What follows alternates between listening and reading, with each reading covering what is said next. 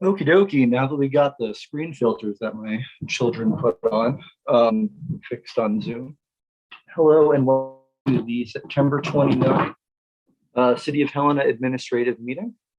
I'm Andres Halliday. The mayor is out today. Madam Clerk, could you call the roll, please? City Attorney Joden. Here. City Manager Harlow Schultz. Here. Mayor Pro Tem Halliday. Here. Commissioner Dean. Here. Commissioner Logan. Here. Commissioner O'Loughlin, for the record, it's my understanding, Mayor Pro Tem, that Commissioner O'Loughlin will be just a few minutes late. And Mayor Collins is absent for the record. All right. Yeah, I think Commissioner O'Loughlin had indicated to me she thought she'd try to make it. Well, welcome everyone, and thanks for participating in the City of Helena's administrative meeting. We're pleased to be able to provide this alternative meeting format in an effort to broaden public participation. Please be patient as we may experience technical difficulties, and we welcome your public commentary and ask you to read the tips that are currently displayed on the screen, and I'll go through them for anyone who is on a phone or can't read them. You'll enter the meeting automatically muted. Closed captioning can be utilized by tapping the live transcription button on the Zoom toolbar. I'll call for public commentary after each action item on the agenda. Please use the raised hand feature in the app to offer any public comment. You'll get called upon in sequence, and you'll be unmuted when acknowledged either by myself or the clerk of the commission. If you can't use the raised hand feature, you can use the public commentary or Q&A feature. Questions will be recorded, but we don't necessarily answer them directly. You can offer additional thoughts or questions at mayor-and-commission@helenamt.gov. If you are listening in on a phone, you can push *9 to raise your hand and *6 to mute or unmute. If you're offering public commentary, please identify yourself with your first name and your last name. At the end of the meeting, we offer general public commentary for items that were not listed on the agenda. And if you need any help with your software, please go to zoom.com. With that, commissioners, any comments or communications off the top?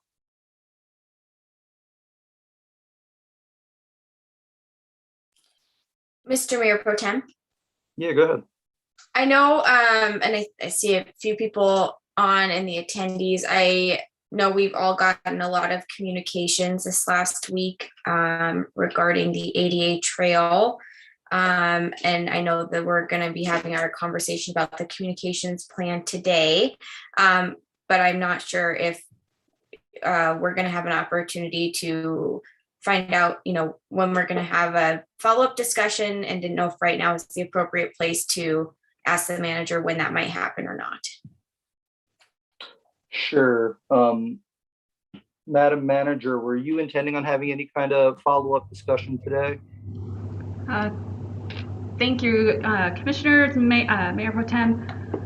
The opportunity that the project concerns brings to us related to this conversation is that it did include a great deal of engagement. So while we aren't necessarily intending, because it feels like we need to have it on an agenda so that everyone can be here and listen to the responses, if you're interested in making sure that that is on a future admin meeting so that we can provide an update in further detail, I'll absolutely do it. But I would offer that this evening the team is here and prepared to talk about post Jake's presentation on our new and first time created comms and engagement plan, communications and engagement program, that we have the opportunity to reflect here on that process as a method. We haven't had anything in consistency, so across each of the departments. I'm not sure that we'll be giving you the level of detail as you would like, and certainly there's been a lot of questions, and we can have a larger public conversation. It would be great though if we could address them tonight. Commissioner, does that answer your question? It does. All right. Anything else, commissioners off the top?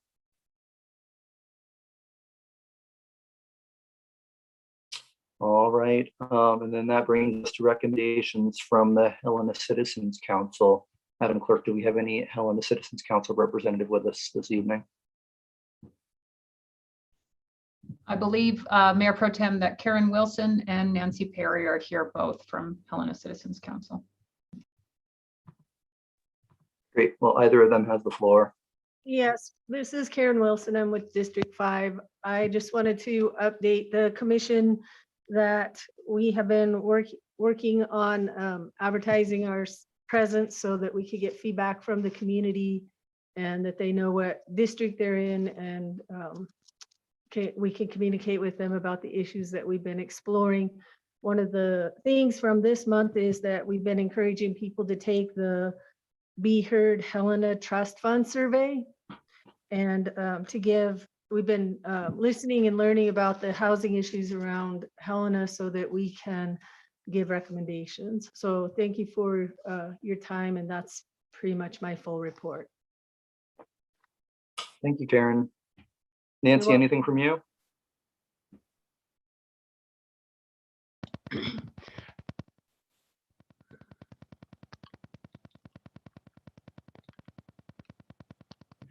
Just, I'm sorry for the delay. Just that we had a really interesting meeting. The date of our last meeting was September 22nd. And we had 3 speakers: Michael O'Neill, Executive Director of the Helena Housing Authority, Sharon Hagen, Director of Helena's Community Development Department, and Kara Snyder, the Helena Housing Coordinator. And all 3 of them were just very interesting. Actually, we were allowed to ask a few questions, and all of us had way more questions than there was time for. So it was really a very useful meeting, and we appreciate the 3 of them attending. That's all. Great, thank you. Commissioners, any questions for either Karen or Nancy?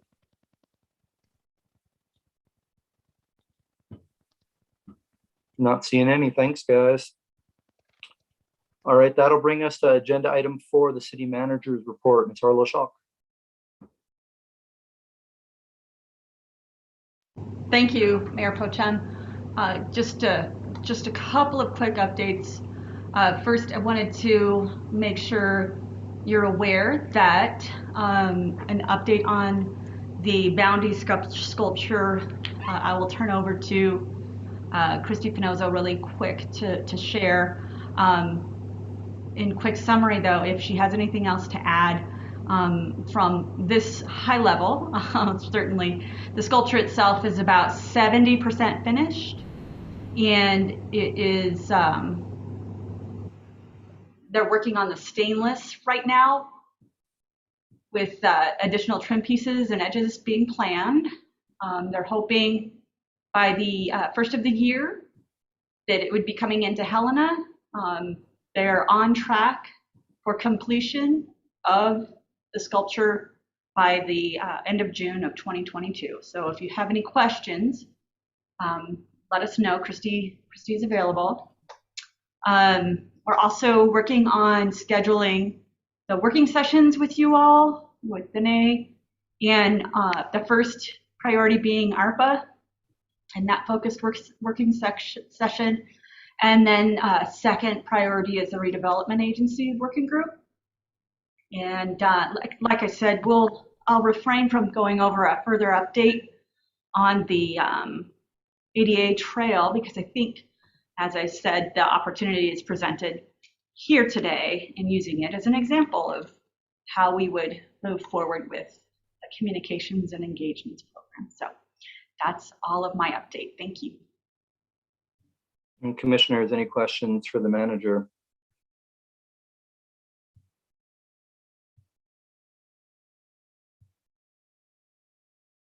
Okay, seeing none, we're going to move on to agenda item 5, city clerk update regarding boards. Anything on your end, Danae? No, not from me necessarily, Mayor Pro Tem, unless any of the commission members or yourself have any questions currently on the applications that the mayor has put up for review by all of you. So commissioners, we've got recommendations for MTAC, I think Holmac, and the Historic Preservation Heritage Committee. Any questions or comments from the commissioners? Mr. Mayor Pro Tem, I did have one question, and it was, I'm curious, do we need, can people be on more than one advisory committee at a time? The reason I ask that is because one of the folks that has been put up, I think is a great board member, but I also know is also a TCC. And so I'm just curious about if we have any sort of rules in terms of how many committees one can be on. I've never seen any, but I would leave it to the clerk or the city attorney if they know of anything specific. From my piece, Commissioner Dean and Mayor Pro Tem, I am not aware of any steadfast rule in the commission policies regarding boards. I know that we are currently reviewing, as I'm sure all of you are aware, our governing policies and our administrative policies for our board system. If that's something you're interested in discussing further, then we can certainly put it on the list of items to review for best practices. As of this moment, we don't have anything that I'm aware of unless the city attorney, Joden, has anything to follow up with. Nothing to add, Mayor Pro Tem. Yeah, and I'll say, I mean, I know we've definitely had people on multiple boards before during my time. They overlap little bits here and there. Yeah, Commissioner Laughlin. Yeah, I just had one question. This came up last administrative meeting. There were some folks on who weren't aware of who ultimately the mayor was putting forward. Is the memo for board appointments included now in the administrative packet? That's public. Thank you. Good question, Commissioner O'Loughlin, and Mayor Pro Tem. We have not, in my time with the office, with my predecessor, have ever included the memo and the mayor's recommendations publicly. As you know, Commissioner, prior to just a few years ago, there was a little different process as to how these applications move through the system in general. Again, this is something we can certainly bring forward for all of you to discuss how you would like to handle the appointments. I believe that when I spoke to the mayor originally, he didn't have any opposition other than he felt that perhaps it was worth maybe keeping these names a little bit more private until there's a formal vote for all of you to sort of discuss, sort of akin to an HR policy, if that makes sense. But again, these are your boards and they serve it at your will. So if this is something you would all like to say on right now that you would like to move forward with a consensus of reading the names aloud at these meetings. I don't think that the mayor had any opposition. Of course, I don't want to speak for him at this meeting either, so. Yeah, Mayor Pro Tem, I think I'd be happy to wait and have the mayor weigh in as well. I seem to recall in the past that the mayor did during the administrative meeting just verbally say who he was intending to move forward as his recommendation, and we haven't done that, maybe in part just because we're not all in one room and we don't have the paper in front of us. But I think it would be helpful for us to just publicly state, who we plan to move forward with a vote on Monday. If there's comfort from the rest of the commission to do that, I think the document itself would be a public document. It just hasn't. We haven't in the past few meetings sort of stated who is being put forward. Yeah, I mean, I think that makes sense. So I didn't say him, but for non-motorized transportation, it's a reappointment of Greg Worth and a reappointment of Aaron Woodrow, both of whom currently serve on there. On Holmack, the proposal is Joel Peden to an interim appointment, and that's going to expire. It says June 30th, 2021. That might be 2022, hopefully for Joel. And then for the Preservation Committee, Sandy Smith. But I'll say from my perspective, I don't even have a problem with providing all the applicants. There's no real way to even have public discussion on the applicants themselves if you don't actually know who all of the applicants are. And a couple of years ago, we had a guy who wanted to get on the TBID, really excited hotel operator in town, who just happened to find out, I think by happenstance before the meeting, that he had not been selected. He showed up anyway, was the only person I've ever seen give public comment at one of these things, and sold himself for about 5 minutes, and I think got the next appointment. It was pretty awesome. So, it's not a bad thing. And I've definitely had people reach out to me before saying, hey, did I get appointed on Monday night? Because it takes us a little time to even let them know. So it certainly doesn't hurt to, I think, more transparency and putting it in there is not a problem on my end, but we can wait for the mayor and hear if he has thoughts. Commissioner Logan. Thank you, Mr. Mayor Pro Tem. Maybe a question for the clerk. It seems to me, at least in meetings of late, that the board appointment memo that we've received has been separate from the packet. Is that accurate? Commissioner Logan, Mayor Pro Tem, yes. Again, past practices. I mean, I'm open to any discussion you all have about how you would like to move forward with this. Again, they're your boards. We've followed kind of a similar pattern since I took over from my predecessor a couple of years ago, and that is to send this memo on as a separate item to you all to consider. If it's something that you would like to have included in the public packet, we can certainly do that. I don't want to speak for the mayor. When I did ask him about this a couple of weeks ago, he didn't have any staunch opposition to any of it. He just simply said, if that's something that the commission would like to discuss, then this is how we've done it in the past. And to Commissioner O'Loughlin's point earlier, he has read them aloud at some meetings, but not all. So if that's how you would like to move forward, is that we include these appointments in the memo as part of the public packet, I can certainly do that. It's not that big a stretch for me to get that ready to go in time for the public meeting. I just need, maybe the only thing I would say for all of you to consider is logistically, let's say, for instance, there is a misstep or a logistical problem with one of the appointments that's being considered at an admin meeting. We may not be able to, we'd have to have that one meeting sidestep for the regular commission meeting for the formal vote. So it would delay the appointment by potentially one meeting, since the formal vote on those applications doesn't happen until the following meeting after discussion at an admin meeting, if that makes sense. Mr. Mayor Pro Tem. Sure. Thanks. Sure. I guess at a minimum, would appreciate the discussion of it, of the possibility, as we're considering such things. Thank you. Okay, well, let's try to have that discussion when the mayor is back at maybe at a subsequent admin meeting. We can just stick it on the agenda and talk about it, even if we don't have board appointments, and just give you some clear consensus direction moving forward. Thank you, Mayor Pro Tem, commissioners. All right, so any other discussion on the board appointments themselves?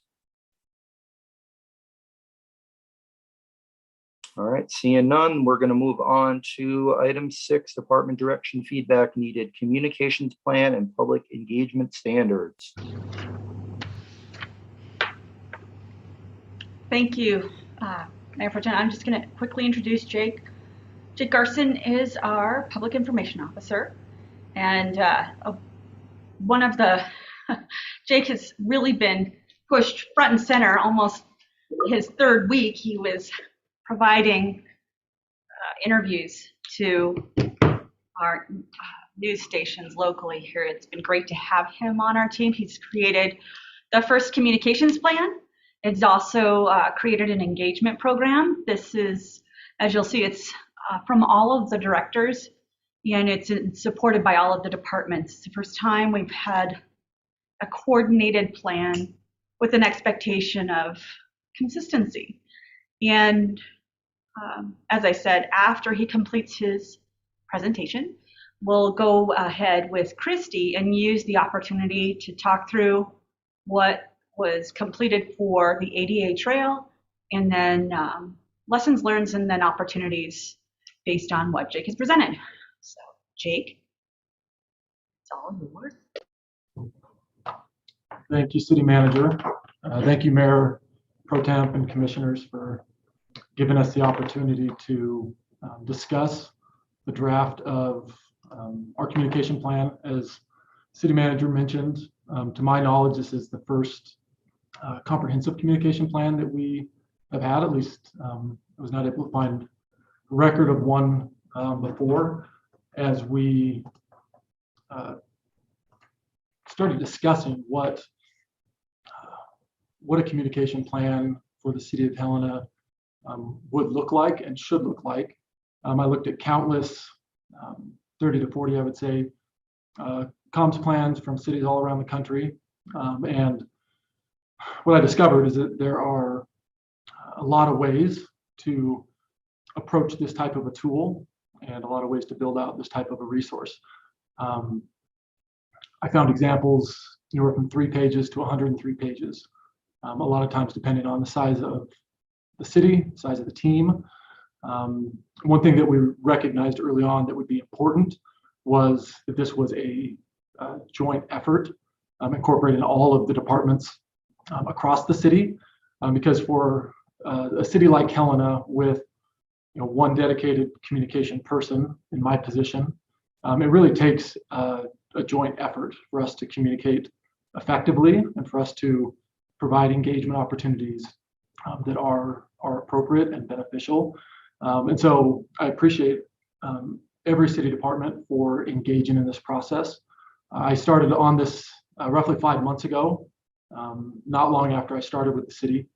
And I'll take you through today kind of an overview of the process, how we got here, and the 5 focus areas that came out of our communication plan. And then we're going to spend a little bit of time at the end really focusing on the engagement component. And we'll hopefully provide some clarification on the difference we see in public information, public engagement, and the opportunities that we have to grow really in both areas into the future. Can everyone see my presentation? We're not seeing a screen share. Okay, let me try real quick.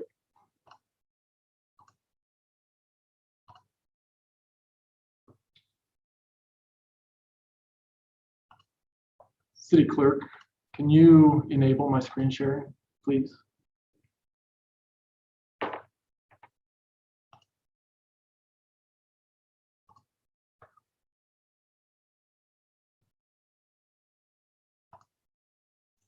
Are you able to now, Jake? I apologize. I thought that it was able.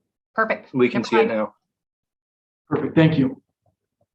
So as I said, in really trying to find the direction for how this communication plan should be constructed and what was most necessary. There were a couple different directions that I feel like we could go. It's very common for a communications plan to be very granular and very operational in defining how many newsletter subscribers we want to grow over the next year, or how many Facebook followers we want to accumulate in a certain time frame, or specific messaging or storytelling that we feel the city wants to engage in. I think it's all very valuable and important. As we started discussing, not only with our team, but also with members of the community, with the Helena Citizen Council, and just in observation of communication related challenges that have come up in the time that I've been here, it became very apparent that there was a need for us to start at a much more foundational level. And so where the communication plan started to take its form was really on a foundational basis of how we communicate, where we communicate, how we engage the public, when and where, and really identifying the need to fill gaps in our processes and our expectations. And so the comp plan draft that I present before you today may look different than some others that you've seen, but I truly believe that this is a necessary starting place for us, and will ultimately end up allowing us to have a much more robust communication plan in our next iteration that will hopefully be able to focus more on storytelling and communication mediums and areas of growth.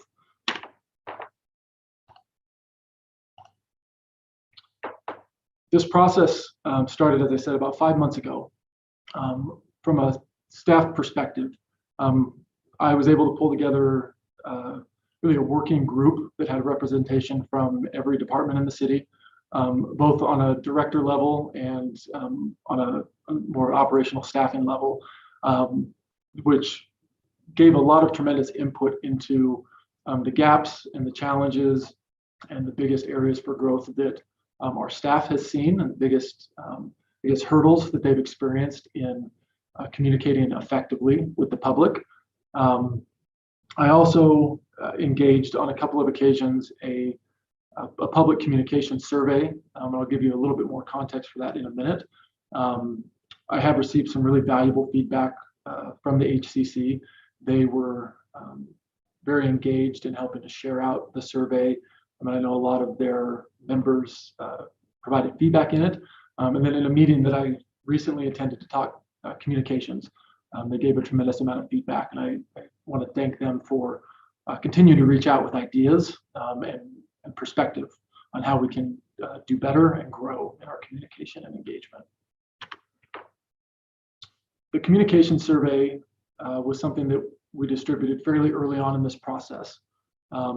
My initial intent for it, as I was new to the city by only a month or two, was to really try and get a better idea of whether or not people are regularly receiving communication from the city, where they're going to get information, and what type of information people are wanting to receive. With the direction that our communication plan has gone, the responses don't necessarily translate into a lot of the goals and objectives, but I do feel like the feedback that I received, although I would have loved to have received more responses, I do feel like it will be helpful as I start to build out especially more communication plan for specific targets or specific projects, and communication efforts that are more targeted.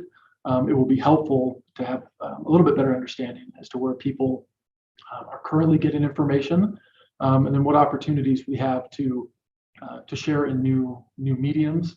But it's also helpful to understand where our community goes for information. The community of Helena is unique in its residents, and the demographic of people that that we serve and we communicate with. And so it is important to know how many people have web access and how many people prefer to speak to someone over the phone or via email, so that we make sure that we are not communicating simply in ways that are most convenient for us, but we're communicating in a way that is reaching people and is making information accessible. There were, I would say, 5 areas of focus that came out of our working group sessions that we fleshed out and really developed into our 5 goals. The first one being a need to develop consistency. And this is specific to communication. A lot of the feedback that our team gave, and a lot of things that I've observed in the last 6 months that I've been here, is that we have historically communicated somewhat in silos. Each department has been responsible for sharing information on things that are going on in their area. And I think that communication tools have been, onboarded and utilized specific to different departments' needs. And they've done the best they can with getting information out. But when we don't have a unified, consistent expectation for where information will be shared and when it will be shared and how it will be shared, I think is incredibly challenging for the public to find information. It's incredibly hard for us to garner people returning to our communication tools, whether it's Be Heard Helena or the city website or our social media pages. When people don't have or can't expect to receive a certain type of information, it's hard for us to ask them to continue to come back to get their information there. And so we end up having people struggling to find information consistently. And one of the challenges that we've identified with this is the fact that the city utilizes consultants often and contractors often, especially for construction projects. And that can create a lot of opportunity, but it also creates a lot of challenges because not every consultant or contractor has the same communication tools or the same skill set even with their staff. And so we have different projects with information being shared in different methods. And that creates a lot of inconsistency and a lot of confusion. I think it can be hard for people to understand where to get information and when to get information. And so a lot of our focus in the short term is going to be really defining how we share information, very specific to departments and projects. And this will be applicable to both our internal staff and external organizations that support us in communication. And then I've also identified a need to create standards and expectations for businesses that permit to do work in the city. We often receive questions about a street closure or an interruption in a service that impacts the public, but there may not be necessarily be communication or information available because it's not a city managed project. And so really trying to partner with businesses to provide better information so that people know what's going on, especially when there's going to be impact to streets and other public services. Another element of this is improving our customer communication, both in developing and continuing to improve our website and developing more standard best practices for how we utilize the website and how pages are built out and developed and structured, but then also analyzing our current communication and customer service tools. As I said earlier, I think that a lot of our tools have been incorporated to meet the needs of individual areas, and there are a lot of valuable tools that we haven't maybe fully utilized because we haven't created a unified approach and really determined how they interact with each other, so that we're not using the My Helena app separately and Be Heard Helena separately and the city website separately, but they're truly integrated. They're truly functioning together so that we are maximizing the resources that we do have. The second goal is very similar to the first, but is focused much more specifically on public engagement. And we'll get into this a little bit more in a minute, specifically the IAP2 spectrum, which is the International Association for Public Participation. It is a model that is used worldwide. There are a lot of cities in the US that have adopted the IAP2 spectrum really as a framework for how public engagement is done. We are formally committing to utilizing the IAP2 spectrum for how we conduct public engagement. That will include going through their training program for myself so that I can better equip our staff with training and resources. You'll see today we have started developing a worksheet that will actually help walk our staff through the public engagement process, and will provide a common ground for when we discuss public engagement, whether it's with staff or with the commission or with the public. There's a shared language that we're using so that the public has a better idea of how we're asking them to engage in a specific project, what they can expect from us, and what we will commit to in that process. And then we'll also be able to utilize this worksheet again with external consultants and contractors to ensure that we have a consistent experience, regardless of if it's our staff or an external support that is managing an engagement process. The other element for this is improving our public feedback process. I think we have all experienced recently a need and an opportunity for making it easier for people to give feedback, positive and negative, request help. And part of that goes back to making it easier to find on our website, making it clear what avenues or what communication mediums they should use for public comment, for public records requests, for providing complaints or feedbacks, for asking questions, for submitting service requests. There is a lot of confusion that generally comes through the mayor and commission email, where people simply don't understand how to accomplish each of these different needs when it comes to communication. And so there is an effort that I know the city clerk has been actively engaged in this, but it will be a focus going forward on how we improve and make that process much more easier for people to navigate. The third goal that we identified was specific to our employees, and recognizing that there are currently a lot of obstacles, and I would characterize it as a culture that does not focus on communication. And that comes both from a organizational level, but also from employees. I worked previously in higher education, and my experience in that setting was that there were expectations, for all staff in,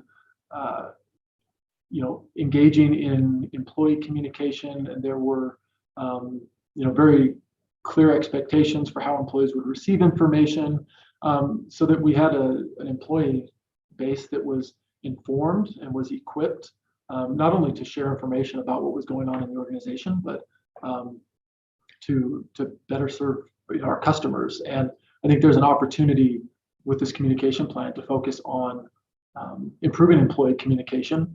That involves auditing our current communication challenges. We have employees that are seasonal, part-time, full-time. Some don't have access to computers regularly. Some don't have city-issued emails. And so there are a lot of challenges practically that we face in sharing information with our employees. And so it's one of the things that we will work with Human Resources and ITNS to identify what obstacles there are and how we can overcome those to provide some sort of consistent communication for employees, which I believe will not only improve employee morale and retention, but I think it's also a valuable tool in helping them be better equipped to inform the community and answer questions. As a city employee, oftentimes when friends or family or someone at a barbecue know that we work for the city, there are questions that we want employees to be equipped to help answer and provide direction on. This will be an important part of that. And then the other element will be providing more training opportunities, practically for our communication tools with social media and our website and Be Heard Helena, and documenting even some of our customer service tools like the My Helena app, so that as service requests or issues come in to a department that may not necessarily be theirs to handle, they are equipped to help people through that process and not have to transfer them to someone else because it's not in their area. Goal number 4, the discussion focused real on accessibility, and I would highlight, ADA accessibility is a federal requirement, and there are certain expectations and standards that must be adhered to. I think a lot of the conversation that we had related to ADA was continuing to provide training and really equipping our employees. We do have tools that are in place for our website to help ensure that there are ADA standards that are met. But there are a lot of different communication methods that we engage in every day, from public meetings to social media to the website to documents that all have ADA, that all need to be considered for ADA standards. And we don't want to just meet the minimum. We want to do the absolute best we can. And so in this area, it's really a commitment from staff to continue to provide better information and training for staff on how we ensure that we're providing the best accessibility in all of our communication mediums. They continue to identify, we have a lot of documents that live on the web that were built a long time ago. And so making sure that we're continuing to evaluate current resources and updating them as needed to make sure that they are the best accessibility as they can be. The final goal that we identified was specific to urgent and emergency communication. And we defined it as urgent communication because there are, I think a lot of times the focus can be specific on fires or incidents where our police department or fire department are responding to, but there certainly are urgent activities or incidents that involve transportation or public works. And to this point, we have, I would say, done a good job in, I believe our fire and our police departments are very well versed in communicating in emergency situations, and they have done it themselves for a long time, and they have internal protocol that they follow.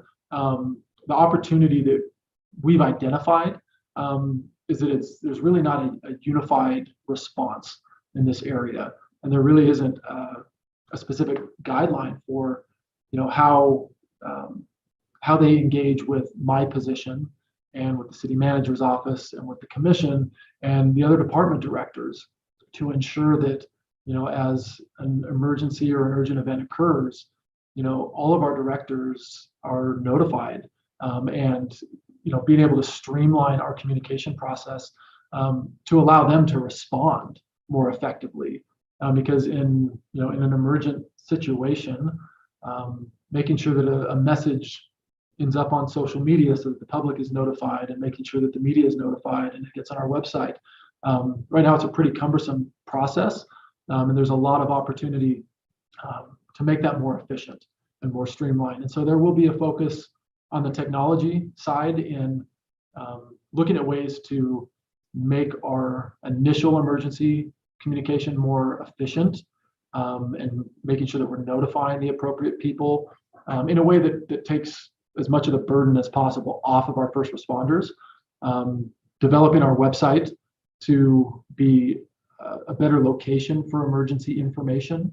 One example being, we have the ability through our our rave alerts, smart 911 system to utilize a web RSS feature that pushes updated messaging to a web page that allows the community to have a landing spot to go find updates as emergency situations are developing, and we're sharing information as it comes out.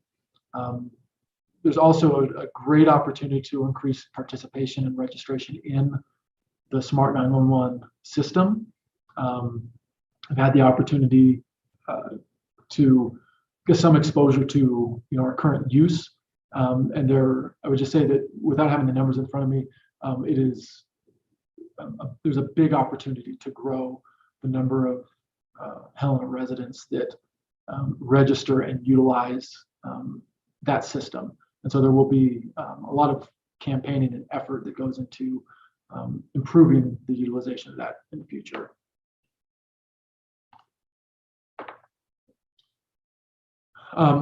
We do want to spend a little bit of time talking more specific to goal number 2, and this goes back to the IAP2 spectrum of public participation. And what I'm going to do is walk you through a couple elements of the worksheet. And so this is practically the tool that was attached with the meeting information that staff will be utilizing when a new project or changes to an existing program or project occur, that we will be able, myself and the departments, to walk through and outline and determine what our needs are, what the expectations are, and then practically define how we are going to either share information and or engage in public process. And we'll walk through kind of the decision-making tree that will help us identify what is most appropriate. The IAP2 spectrum defines 5 areas of public participation, with the first being informing. And this is providing simply information on city activity in a timely manner. There are really 3 areas of public engagement that there are a lot of similarities. It can be a little bit challenging to understand the differences, and so I'll try and walk through what we see as the biggest difference between the 3 of them. The first one being consulting. Consulting is seeking feedback on issues or analysis for decisions that have already been made. And a good example of this that I would share is the snow removal program survey that Director Konopke shared earlier this spring. It was a program that has been in place, but a department sees an opportunity to gather feedback to decide if there are opportunities to grow and change. So we're not necessarily seeking the public's input to make a decision, but there's an opportunity to shape and change an existing program, or it might be a decision that has been implemented, but as we roll it out, we do want to gather feedback to make sure that we're addressing any considerations that the public might have on that decision. The second area of engagement is what they define as involvement. The biggest difference in consulting and involvement is a decision has not yet been made. And so as a public engagement process occurs, the decision, there may be ideas, right? There may be some direction that the city has proposed, but a final decision has not been made. And so as public feedback is collected, the intent is to acquire as many concerns and aspirations that the public has that may or may not impact the final decision. It could be because there are pretty strict operational restrictions that we have to account for, or monetary restrictions that we have to account for. But there is a desire to gather feedback and concerns that we can try to incorporate in decisions. Collaborate would be the third area of public engagement.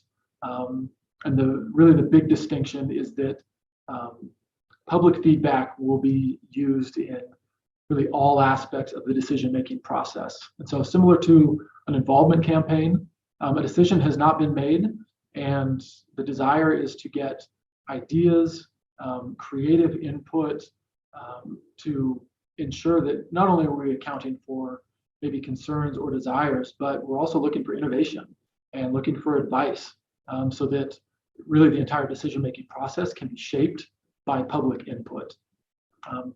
And then the final area that IAP2 defines is what they call empower. And this is really through a ballot and voting process. And so this would be putting the ultimate decision in the hands of the community, and saying that whatever you vote on, we will incorporate, we will go with. And so a lot of our focus will be on the first four, because in our engagement process, they'll be the ones that we will be utilizing most frequently. The decision tree that we've developed for our staff in deciding what type of public engagement process based on the IAP2 standard they might be appropriate to utilize for a project or a program really starts with, is there a decision that needs to be made? Is it an operational decision that has already been made? Or perhaps it's engagement or feedback involving an existing program. If that's the case, and there is not a new decision that we are needing to make, the question becomes, is there feedback needed? Do we need to gather feedback, or is there use in gathering feedback from the public? If the answer is no, then there's a need for informing and information and providing updates. And this is an element that will come in a lot of times after a public engagement process. And so we might go through an involvement process or a collaboration process and have come to a decision with public input. And now as the process is underway, it transitions to an informed process where there is a need and an opportunity to continue to provide updates as projects progress and as changes may occur. If there is not a decision that needs to be made, but there is an opportunity or a need for feedback, it becomes a consult engagement process where we can seek input and gather feedback and concerns on the decision that has been made. If the answer is yes, that there is an opportunity for the decision to be made, the question really comes down to what type of input is needed. If it's just gathering people's concerns and desires so that we can make a decision we feel like is educated and informed, it falls in an involved project. If we're looking for it to be idea-driven with alternative proposals and really getting at what people's preferences are and exploring ideas outside of what we are already presenting, it becomes a fully collaboration project. From there, our staff will be able to utilize a worksheet, is the one you see before you, to identify what tools that we currently have available to take us through this engagement and or information process. And again, this will be something that will be utilized on multiple levels, especially as a project goes from its creative phase, especially if it's a project that starts with public engagement and it is based on public ideas and creativity and goes through a decision and then becomes informed. This may be a worksheet that we need to utilize at several different junctures in the project to make sure that we are not only initiating the appropriate public engagement process, but that we're continuing to inform and continuing to engage if it's appropriate and if it needs to be revisited. Before I turn it back to the city manager and open it to any questions you have for me on any of these specific areas or our process or even the purpose for this document, I would say that I view this communication plan as somewhat of a living document. It is, really a commitment that we're making for what we feel is important to better communicate and better engage with the public, and create better processes and better expectations.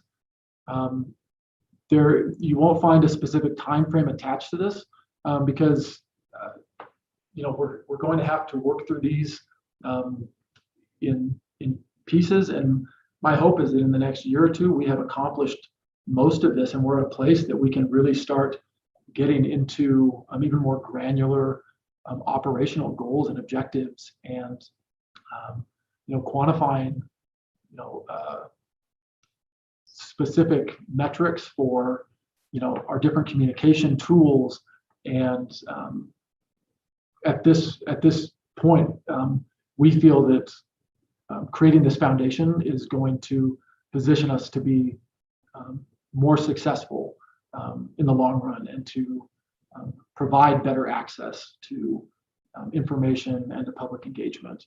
And so I do view this as something that will continue to be evaluated and updated as needed and as appropriate, and appreciate ongoing feedback from the commission and from staff and from the public, so that we can make sure that we are providing the best communication that we can.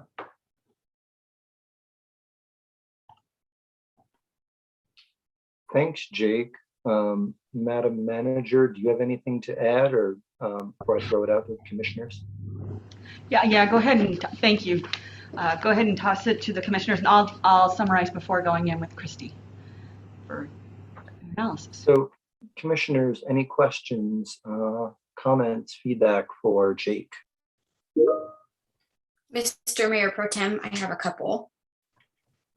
So for Jake, thank you so much. This is really awesome, and I'm very excited that we're starting down this path to have kind of a comprehensive approach to how we're communicating with the public, not just the city, but with the commission and our related boards.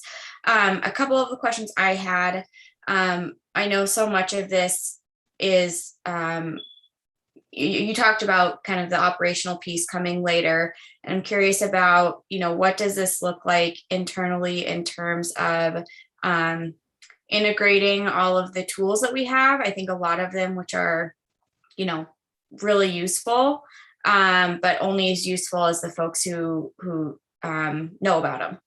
And so I'm curious about how you envision that integration. And then also, I think that I really like the idea of like having this checklist and consistency amongst departments in terms of how we communicate with the public. And I'm wondering if you have thoughts about what this might look like in terms of communicating decision points or benchmarks within projects, and when folks, need to be engaging, or when we are just considering alternatives or options and not necessarily at a decision point.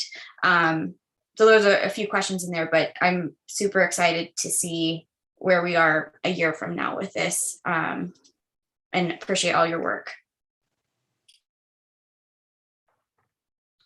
Thank you, Commissioner. I'll address the first one, then I don't know if the city manager has thoughts on kind of those decision points and timeframes. But as far as integrating our tools, I agree with you. I think that one of the biggest points of feedback that I've received and observed since I've been here is that a lot of people don't understand, what each of our communication tools should be utilized for, and when to utilize the My Helena app, when to utilize the website, when to utilize email, when to utilize Be Heard Helena. And truthfully, a challenge that we have faced, and that will be a big part of improving in this, is that they aren't pieces of technology that were built necessarily to integrate with each other. And I know that the My Helena app was something that transportation, or the Director Konopke has really taken lead on, and I know he has done a lot to work on integrating it and making it available through the website, and creating cross references between the two. But it will be an ongoing focus of ours in the short term, in identifying the obstacles or the reasons why people aren't finding it. A part of that will be evaluating the user experience and better understanding, as people come to the city for information, where are they going, and why aren't they finding those connections to the tools that we have available, so that we can look to make them make it, I guess, easier to navigate and easier to understand what the specific purpose is with each. But then we'll also continue to evaluate the tools, and there have been a lot of conversations about other technology that may integrate better, and if we decide that there are opportunities to better integrate by utilizing other technologies, we certainly will explore that, because ultimately it's about the user experience, and identifying those breaks in the user experience so that there are less obstacles for people, and a better understanding of how each communication tool should be utilized and what the purpose is behind it.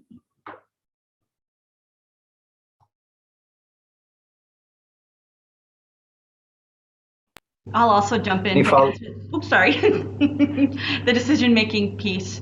I think there's a definite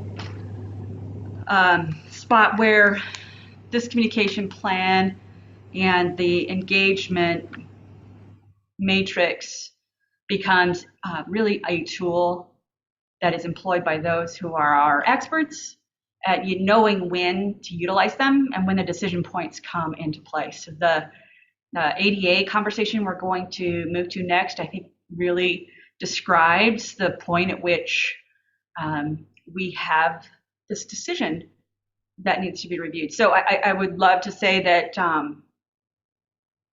this is going to be 100% right the first time. I know that anything new is not.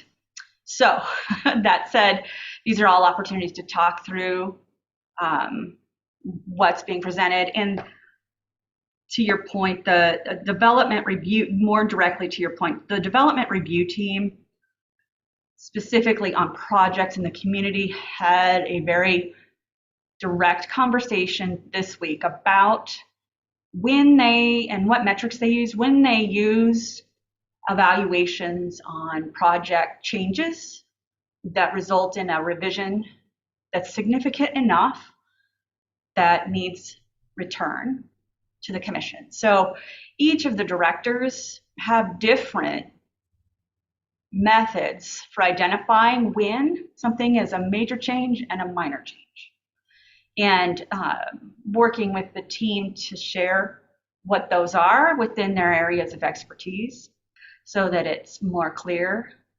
I know that I worked with Christy over the last several days in the open lands team to more clearly articulate the changes in the project we're going to use. So there's a project development phase where there's been engagement. There's a development or an actual construction phase, and then there's a project closeout phase. So those three phases could actually all have decision-making in them, and it becomes the obligation of the team to identify when we need to go back and forth between them and either consult, engage, inform. So those are places we're working in right now. Commissioner, any follow-up? I did just have one follow-up, and I don't know if the city manager wants to answer this one. I know that the city county IT&S department had been looking for a webmaster. I'm wondering if that position has been filled, and I know that they were having difficulty finding that, and if not, what is the plan in terms of making the website more accessible? I think that we do a really good job with branding, but I think the back end of the user experience is sometimes where we get glitchy. And there's a big difference between being a communications director or PIO and being a webmaster. And I'd hate to, we want to be careful with our resources. So I'm just curious about what, if we have that filled or what the plan is there. No, they were not able to fill that webmaster position. And Jake, also, if you want to step in here, very in tune with that, given you are having to really patchwork so much of the web detail out. So if you want to go ahead and share what you know as well. Yeah, so city manager is correct.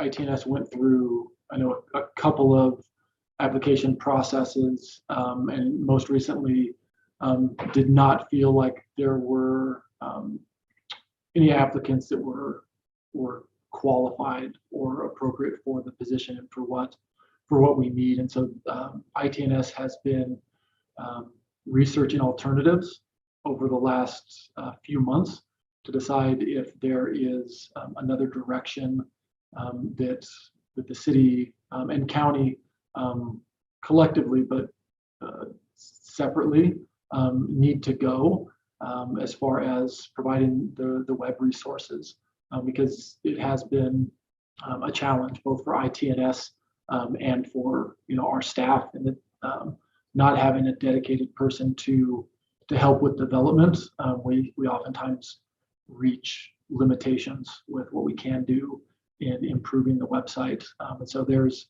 I think, a shared recognition that we need that resource, and they've taken lead on trying to identify some alternatives. And I haven't heard a specific time frame on when they will be presenting, but it's my understanding that they will present back to the city manager and to the county kind of their recommendations that we can decide on the best, the use of our resources moving forward.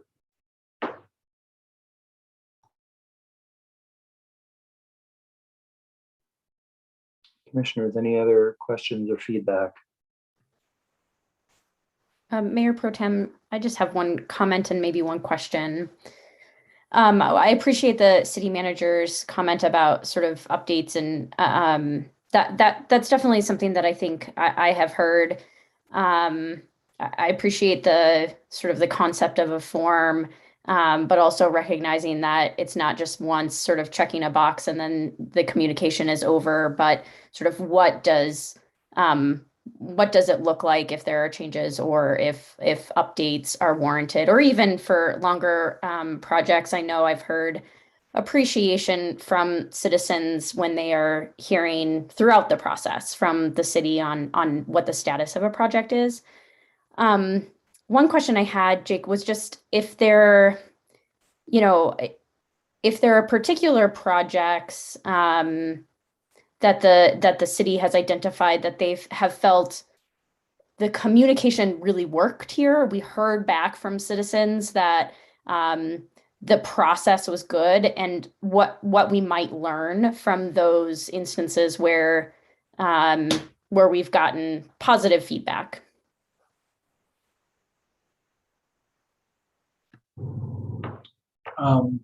Thank you, Commissioner. That is a really good question. Truthfully, in the time that I've been here, a lot of the conversation has been around the opportunities that maybe we have missed, and the communication and the information that fell through the cracks or we did not follow through on. And so I don't offhand have an example, but it's a great question. I certainly should. But I can tell you a lot of our conversation, especially recently, has revolved more around those gaps that we need to address and need to identify. I think that as we start talking more in city manager, I think we'll address this a little bit with the ADA trail, and that there being a lot of positive engagement on the front end, and to a certain point, but there may be some missed opportunities as the project progressed. But I have heard feedback on the initial part of that project and being a positive example of engagement and feedback and and getting public participation. Yeah, I really appreciate that. And I definitely don't mean to put you on the spot for identifying the projects now. But I mean, I will say, I think I've gotten feedback from the community on certain projects that there has been appreciation of particular formats. I'm thinking mostly sort of street construction projects where, you know, we are contracting with a contractor and we hear feedback of, wow, this really worked for us.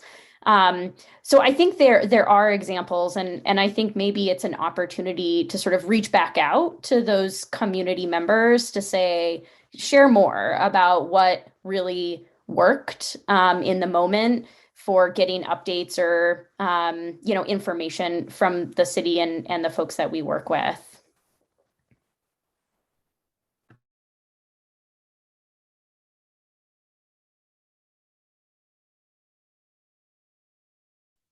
Anything else from the commissioners? Mayor Pro Tem, Go ahead. thank you. Jake, I'd really like to thank you for putting this together. It seems, you know, clearly quite timely, but it's very clear from the work that everyone has put into it that it's definitely not reactionary. A lot of thought has gone into this, and very appreciative to all of staff and particularly to you for putting this together. One of the things that sort of jumps out at me, whether this is accurate or not, I'm not sure. On one of the graphics in your presentation, we are an audience. That is, the commission is an audience, and something maybe for us to think about, and maybe you to think about as well in terms of training and so we can be consistent with this plan is how does the commission sort of interface with this? You know, I'll just speak for myself as an individual commissioner that I certainly feel like I could far better communicate to the public than I do. So I guess that's maybe just an observation, but again, thank you. Really appreciate that. Anything else, commissioners? You know, I'll just add my thanks, Jake. We didn't have a dedicated PIO position at the city until I think 2019. So, you know, there wasn't necessarily a plan before then, and it was kind of making it up as you go. And that individual moved on, you know, within a year, and so you really are taking this on. And there were questions in 2019 whether the City of Helena even needed a PIO. I think your work and what you've put together here shows that we need it. I think a lot of the discussions we've been having over the last few years demonstrate the need for it. So thanks, and I'll be interested in seeing how it plays out over the next few years.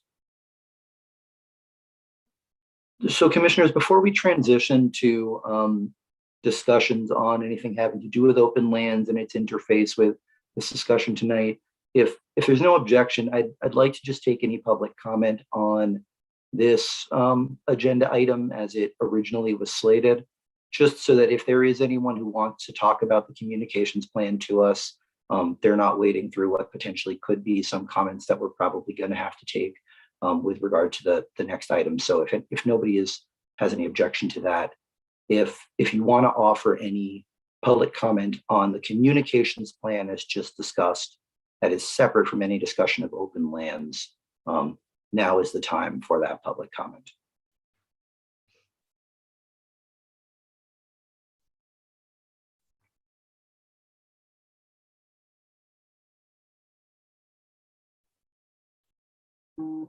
Madam Clerk. Yeah. Mayor Pro Tem, I do have a couple of hands raised, and I do have some written public comment that's been listed in the Q&A. So first up, I have Ken Eden. All right, go ahead, Mr. Eden. I think I unmuted. just thank you very much. That's a very refreshing presentation and something that I think has been needed for a while. Thank you very much, Jake. That was a good presentation.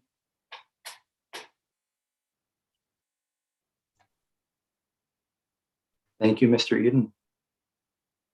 You're welcome. Madam Clerk. Mayor Pro Tem, Commissioners, I have no other hands raised at this time. I have received 3 comments, all from Sonda Gobb.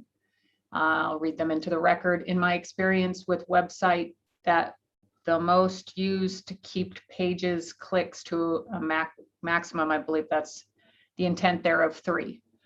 Will this replace Hometown Helena for the city? Experienced IT personnel are expensive and have a living expectations. I do have one last hand raised, if I may. That is Joan Miles.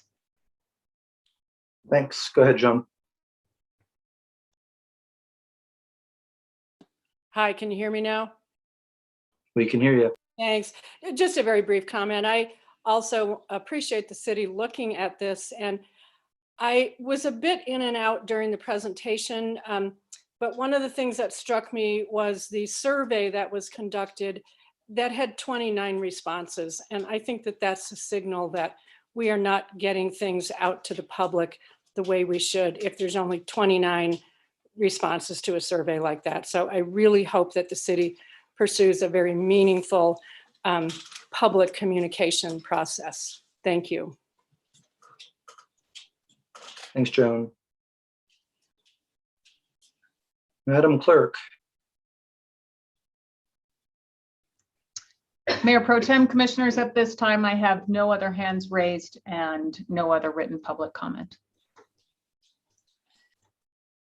Okay, so we're going to move on from this item, and I guess Ms. Harlow-Schalk, you indicated maybe you wanted to say something before we started in on any further discussion. Yes, I just wanted to, I'll do a quick summary intro and then move to the process for the ADA and how it intersects with this communications plan, as well as the participation spectrum as shared by Jake. The big picture, we've already talked a bit about the lack of that plan or engagement program previously. The second is that the checks and balances for the city have been out on a limb in some very key pieces and in locations. So this week last week, I had the first confirmation that the checks and balances that we put into place for human resources and finance have started to play out, which is terrific. And why that matters is 2 parts. First, on the fiscal stability conversation, I had shared to you that having enough money isn't the only reason to be fiscally stable. And the only way to get to be fiscally stable is to not only have consistent staff, but also policies, procedures, and then finally the ongoing checks and balances in place that continue the organization no matter who's in it. So who's in that role. So this is the first step by way of putting a check and a balance in for communications and engagement, which is great, citywide in a consistent method. Now, the city, as you know, has spent a great deal of time in rewriting its Chapter 7, and specifically around the open lands work and its engagement. And how that process plays into this, I would love to go ahead and start, but I'm pretty psyched that some of the work that we've been doing to improve our stability is starting to play out. And I haven't hit a year yet. At October 19th, I'll be here a year. So I want to go ahead and move Christy into the conversation if she's on. Mayor Pro Tem, may I, before we start with this, Sure. we don't have to go through it now, but I'm not totally sure I understand what checks and balances mean. And I'm just wondering, maybe that's a future update that we could get a little bit more information as to what that means. You bet. Okay. Yes, and for the example, it actually is an item coming before you on the check and balance with the finance and HR team. So it is exactly what I was hoping it would be, which is it points out areas in an organization by just simply implementing policies that capture the inconsistency. So it's good. And yes, it has to come back to the commission. So moving to Christy, thank you. Christy, the ADA project has been pretty exciting. I think the city has received a lot of positive feedback up to the last couple of weeks. I think overall, it was one of the more exciting projects the community had. And I'm going to ask you a bunch of questions so that we can get context around and begin to use how the participation spectrum would be integrated into your process and what it looks like and gaps we've identified that need to be addressed. So first, let's get it started, Christy. I know you're providing me a more detailed memo which outlines some of the specific questions that everybody has. And I know Commissioner Halliday has asked for specific documentation. So all of that will be going to the commission and will be made available as well to the commission and then internally as well as externally if anyone I know want to always try and be as transparent. So if we can add it by just me saying, hey, Danae, can we incorporate it here when it's completed? Or Danae, you might have a suggestion, that would be great. But let's just go ahead and get started. Big high level, Christy, in the chapter 7 of the Open Lands Plan, there's a big picture policy statement by the City Commission who sets the policy for us. So they set the policy and we implement. What is the big picture policy statement for our ADA, or excuse me, for our open lands? Yes, City Manager Shulk. If you want, I can share my screen. We did break it out pretty basically into goals and objectives. And so if that's okay, I'd ask for permission to share. I hope you Danae. Don't know if I can. Yeah, Christy, you should have permission. Go ahead and try. Okay. Oh, it's giving me all sorts of, I'm sorry. Maybe I don't have the right, I'm not pushing the right buttons.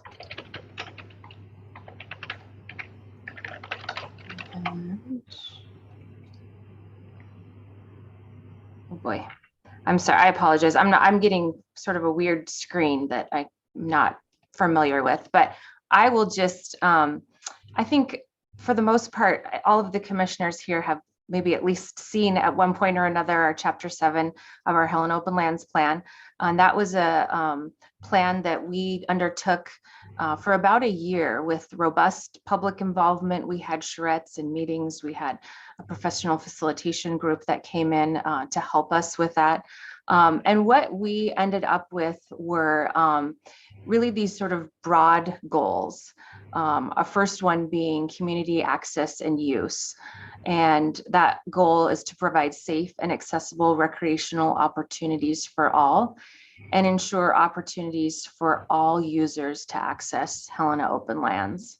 Hey, Christy, do you want to try emailing it to me and I can do the share screen? I think I can get it going. And yes. Sorry to interrupt, you can keep going, but I'll see if I can get it up as well. Yeah.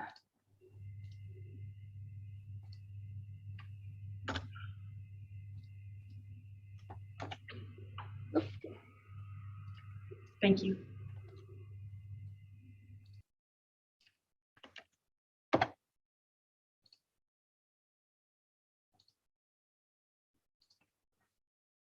And so under that goal number 1, community access and use, our key approaches are to maintain current levels of trail access and look for opportunities to expand access in section of existing trails as well as in new trail construction, strive for a balance of providing multiple access points with concentrating access in specific areas to reduce public resource and user impacts, and expand ADA access across the Helena open lands and meet ADA access requirements in all new infrastructure.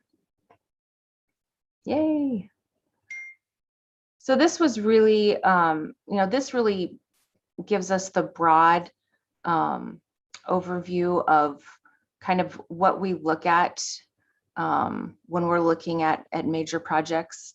And specific to this project, this really, the ADA trail fit this community access and use goal, and in employing those key approaches.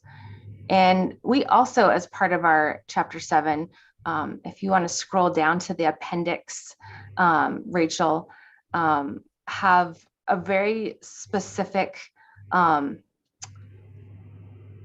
if you want to go just back up to the very beginning of the appendix, we have a very prescribed public involvement process that we employed for the first time last year.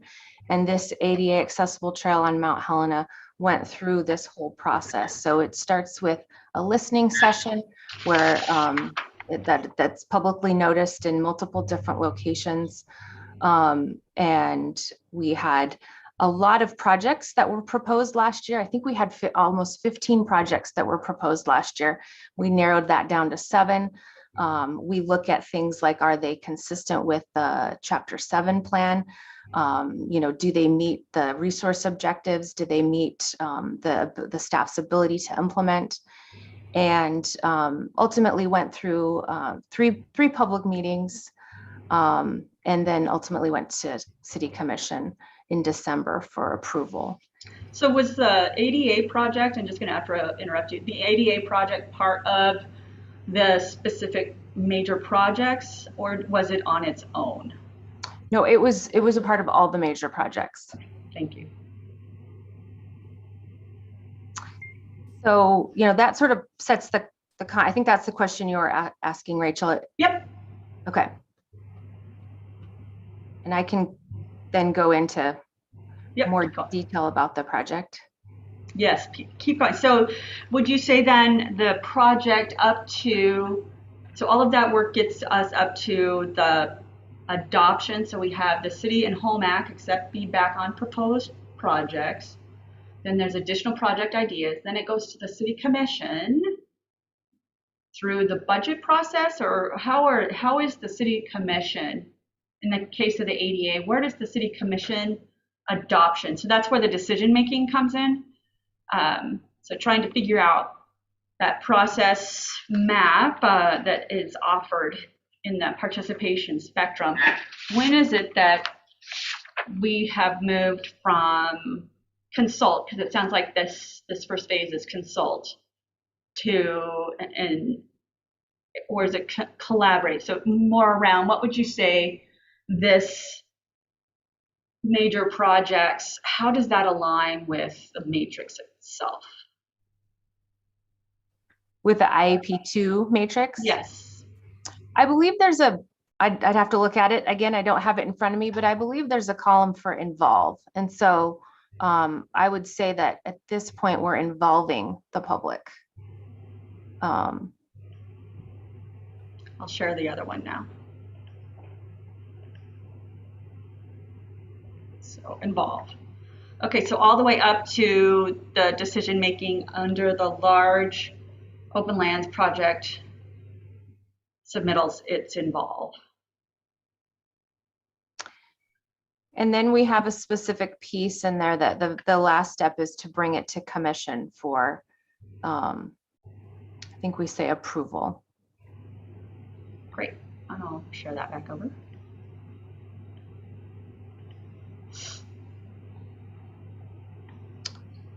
So yeah, these are all the steps that we, the multiple listening sessions, open house, and then the final annual open lands major project goes to the City Commission.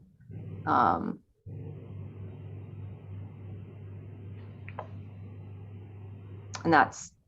those are just sort of some extra notes down there. So that's sort of the last piece of the involvement process that is outlined specifically for open lands projects that are recreation. Great. So that takes us to the commission decision-making. Then the commission goes through the adoption of the project as part of the larger open lands. Was there, though, conversations that you had directly on this project with the commission around its location, around what specifically for the ADA project was discussed with the commission? I don't remember specific discussion about that project, although there could have. We could go back and consult the notes. I would say that throughout the process, the involvement process with the community, there were a lot of very positive, there was a lot of positive feedback about the project, a lot of support for the project. And we did not hear, I don't think we heard a lot of concerns about it. So Great. Generally, the purpose of the project, which was to construct an ADA accessible trail on Mount Helena, was extremely well received. So would you say that I think is the question I asked earlier today of you, which was the clarity on the purpose of this project? And one of the large communication, on the communication side, the large questions I had was whether or not the project itself was, the outcome itself was agreed on in the way that all are perceiving it. So the reason I asked you that question was that there are many meetings, and someone who participates in that first meeting may miss something, a change, a new development that happens further into the conversations. So is that realistic for any project overall? And do you think having them all grouped like this could potentially make it more difficult on specific projects? Potentially, yes. I mean, we did have 15 projects that were proposed and went through the process. Ultimately, we only brought 7 forward, but that's a fair number of projects. Okay. So the reason I'm pointing that out is in the engagement, I think we are looking at them as individual project types of engagement. So I think that's a first gap that I just want to toss out, that might have been part of one of our first gaps. Would you agree?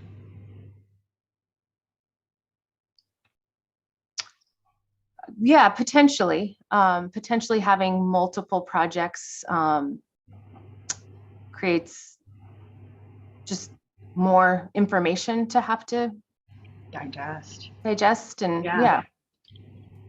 Oop, let me do that. Yeah. Great. Okay. So then after you get approval by the commission, you go through the budget process as well. So at the budget process, you also bring forward the major projects, is that right? And then you identify how much each would cost. We did that in the actual the involvement process. We identified the ones that we could, what the cost was. Most of them were either being funded not with city dollars. They were outside funding sources. So for example, the ADA project was proposed by Rotary with funding that Rotary was seeking and would provide. Some other examples are some of the projects were specific to like widening a pull-out area, and those were a part of our just regular open lands maintenance dollars. Got it. So those are, sorry, just to clarify, so your major maintenance is not the same as a major project, but they're all in those 7 in that group of 7? Correct. So we had identifying major and minor projects criteria. Right. And so a major project for open lands could meet the major projects criteria, but it really fits into the maintenance budget of open lands. Got it. That's within this group. Now, also HOMAC, how does HOMAC play into the consultation role?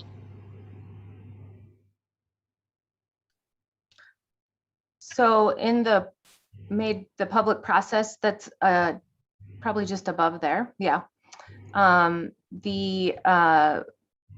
We have several meetings. I think all of our meetings, at least 2 of them, are combined with HOMAC meetings. And then I think HOMAC makes they make a recommendation as well at the end of the process. To the commission. Okay. I see Commissioner Dean. I'm sorry. Do you want to? I just had a question, not necessarily on any specifics here. I'm wondering if, just given how much information we have here, I know you mentioned, Christy, that you're putting together, and Rachel mentioned a kind of overall memo of the project, and I think probably, what are kind of more or less an after action report of, what the process was to get to this point, and then what we need to be thinking about moving forward. And I'm just wondering if it might be useful to include, some of the answers of what you and Rachel have been discussing here within that, but then also notice it on a future meeting so that we can have some additional input. I know, obviously, I'm seeing a lot of names here that I think that they're all probably listening because of this conversation, but I just want to make sure that if we are going to have a thorough discussion, that we maybe notice it with that memo that sounds like is forthcoming. And I don't know if other commissioners have other thoughts.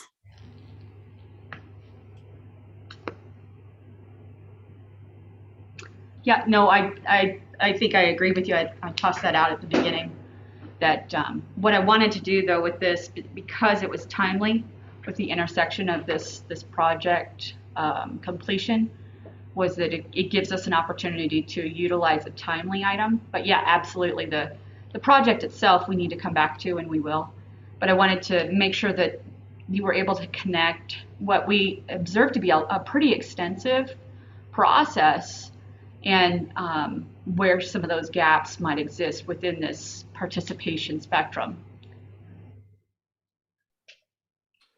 So do you have any other presentation that you are anticipating here, Madam Manager or Mr. Yeah, I think we just wanted to make sure and acknowledge a couple more pieces in the process. So after this is completed, Christy, how often do you utilize any further engagement or involvement on the CDA? So specific to this project, we did do some outreach. We met with HOMAC at their regular June meeting, and we did discuss sort of some of the changes to the alignment of the trail. We did do some social media updates just on the project in general, and did some media interviews on the project in general. We didn't really specifically spend a lot of time calling out the modifications that we'd made to the project. Okay. So that, I think, becomes the question for the next conversation, which is that the 3 parts: the project development, the development/construction, and the closeout of the project. That those 3 phases, and how we have integrated your Chapter 7, and then more specifically how these projects are communicated. So that said, yes, we will have an additional item on a future meeting.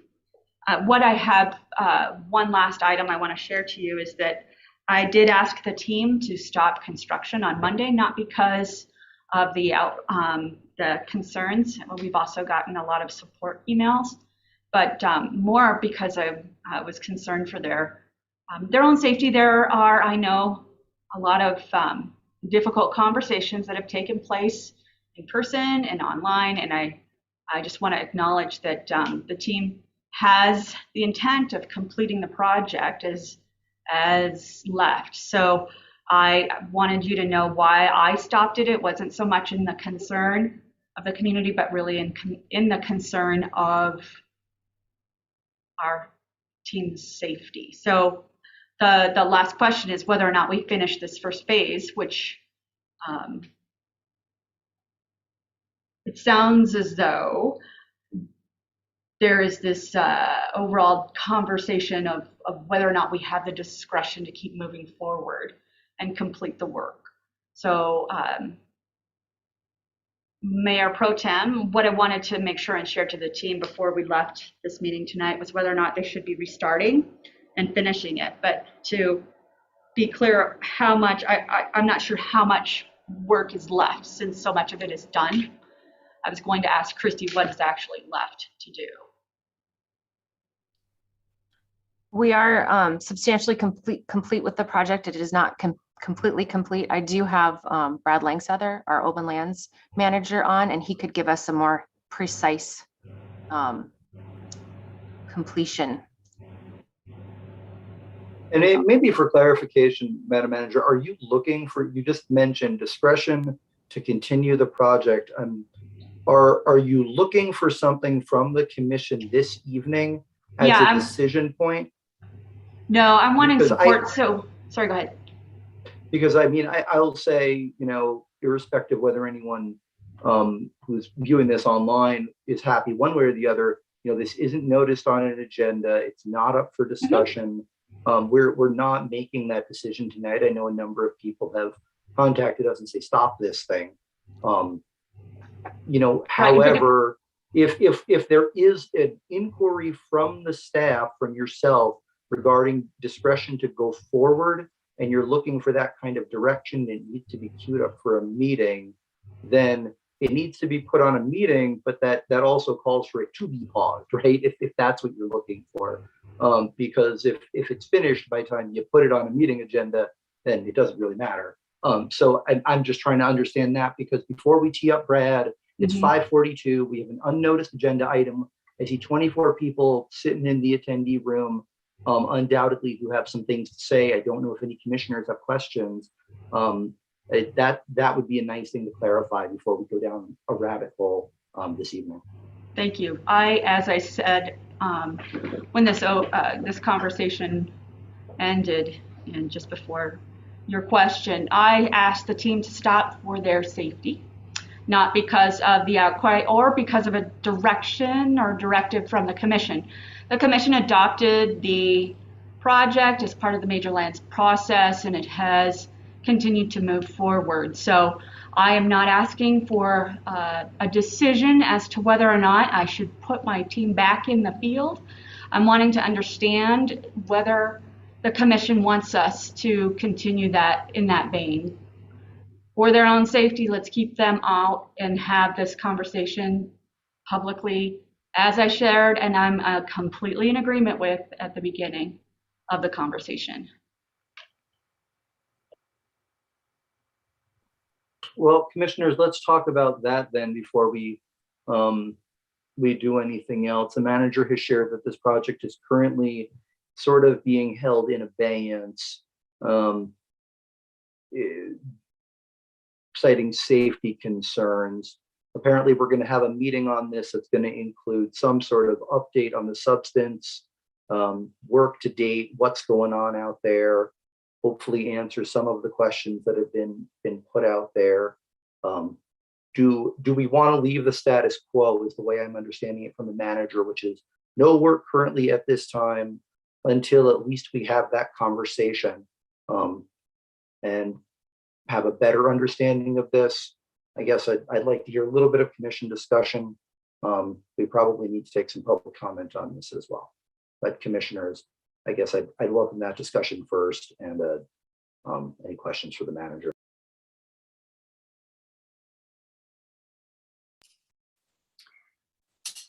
Well, I guess I would just say we still have time to notice this on our Monday night meeting. I don't necessarily have a specific opinion.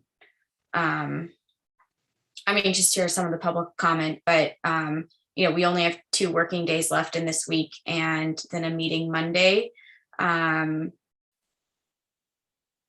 I also, practically speaking, are we really going to, stop this major of a project with equipment? I mean, I was up there this afternoon, equipment on the trail right now. So I mean, we could have a decision on Monday, and there's 2 working days before the weekend, but I'm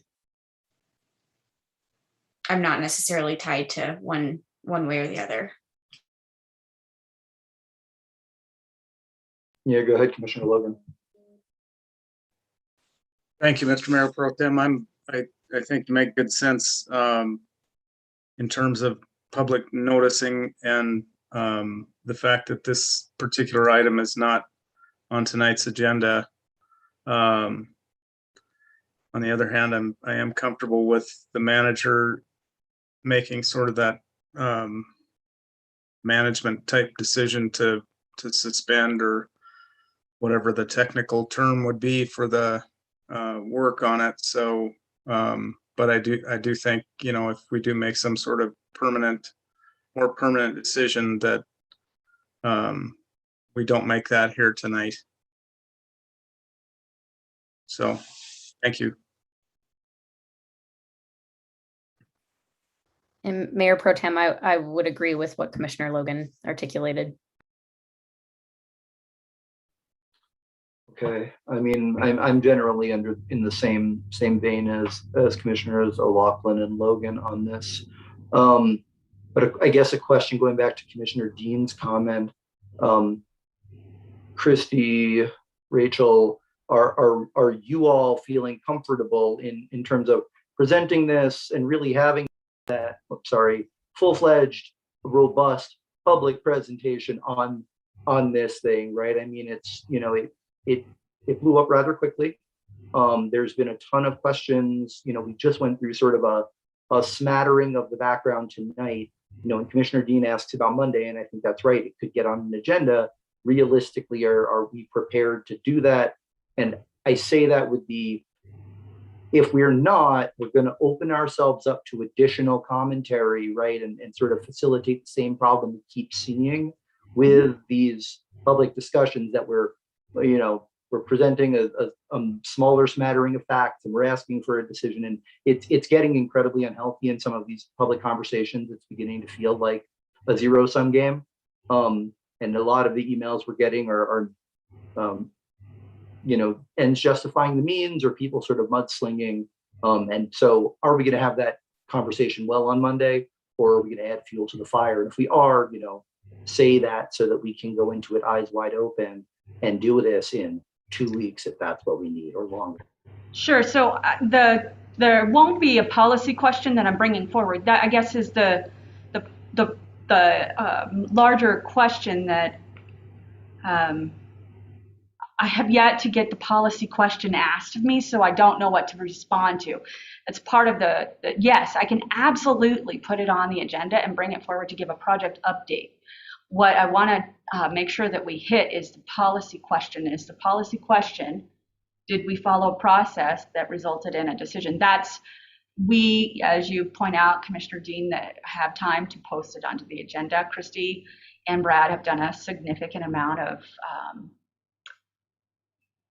scrumming, I suppose, or pulling apart of how this has progressed and the input so far, as well as the support from and opposition to. So yes, I do believe, and I will go ahead and keep the team from continuing forward. No equipment are on the trail today. They were asked not to start beginning of Monday. So continuing through the conversation on Monday would be fine, not having them do any further work until we have this larger conversation around an update on the process and concerns raised. Christy, do you have any, you already sent me over the memo. I can convert it into the commission meeting and we can get it posted with the rest of them.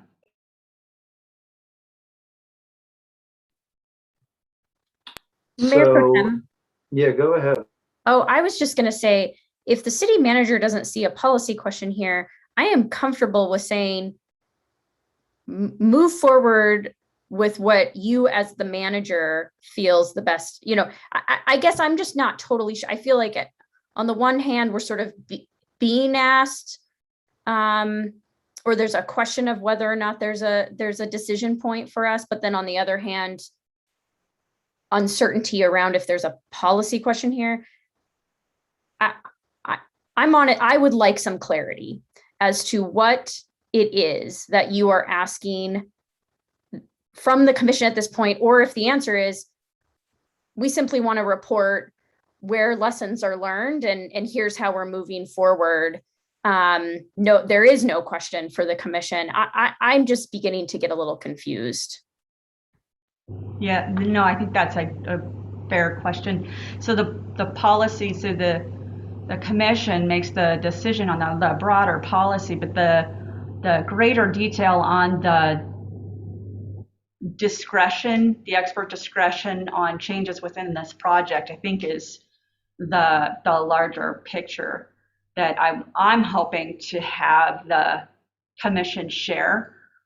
I don't think that there's a standard inside each of the departments, and it plays out when I shared this policy, this IAP2 and the communications plan are all well and good if the staff do not have clarity on when it is they need to be bringing something to you and when they don't, by way of their expert opinion. That is the disconnect that I need to understand with the team. So doing a presentation for you would be me sharing, this is the method and the approach. This is the communications to date. Now we're in construction. Here's the decision point, and that we had on this project. This is the method that Christy employed and her team employed. There are those kinds of decision points in every single project. They're all different. This one in particular, I think there is a key area of policymaking that I would love for you to tip to, which is, what is it that Helena, the city of Helena's trail system outcome of this ADA, is that really the policy for all of our projects? And if that's the policy, we've gone through the engagement, what's the disconnect that we need to make sure and ask for your further detail on? That I'm having a real struggle on that part, and it might be just as simple as, no matter the policy, anytime you cut into Helena, you got to come back, Mount Helena, you got to come back. That's the kind of clarity that I need to get from you all. I wanted you to see how Christy interpreted the larger goal, how it was implemented through the major projects, how it integrates into the engagement. So I really do have, you all need to help me figure out the right policy edit that would result in the kind of support the community needs in order to trust that the staff, when they're in the middle of a project, have the right discretion points in mind when there's an alarm that should be sounded and said, hey, tell somebody. And so it sounds like that's a discussion to be had. I mean, we need all of the information, right? We need that presentation, both for those larger questions in the abstract, but also if we're going to discuss this project in sort of like a post-mortem discussion of was there something that should have been done at some point in a perfect world.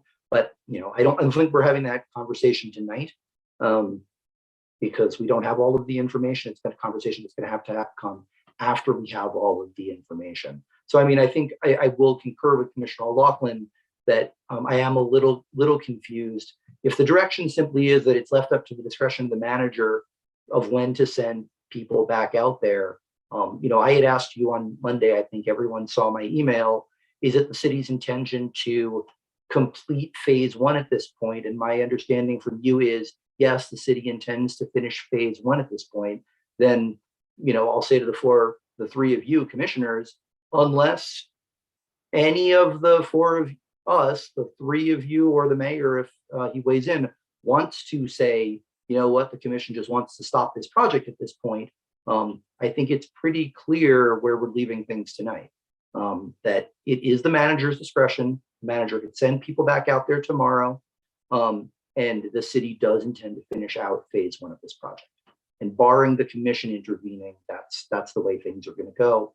And then we're going to have a public discussion of this project at a time when we receive that information.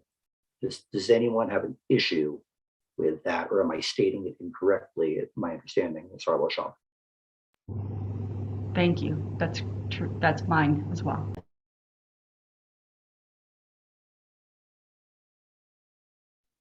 Okay, commissioners, anything else? And then I'm going to open up for public comment.